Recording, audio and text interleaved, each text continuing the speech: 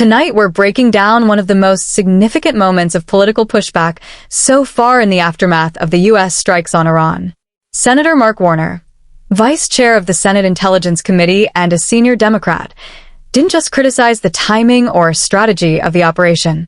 He went after the president's authority for launching it in the first place. Warner said bluntly that when a president commits American forces in a war of choice, he needs to come before Congress and the American people. He argued that the Constitution assigns the power to declare war to Congress, not the president. None. None. And then your argument that maybe the White House could and the president could have made an idea or an argument for doing this back in January when tens of thousands of protesters were in the streets of Iran.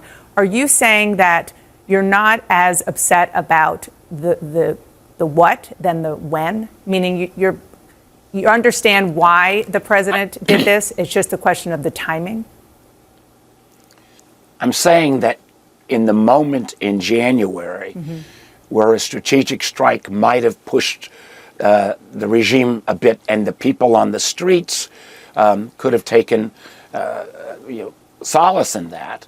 That didn't happen because we didn't have all the forces arranged, because even as great as our military is, it was stretched too thin with our activities in Venezuela. We didn't have the support of our allies because of the president's, I think, craziness around Greenland.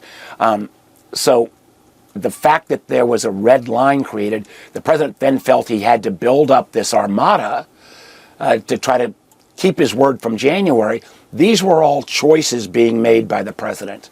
Again, we're not talking here about the president reacting to some other activity around the world. We're talking about a war of choice.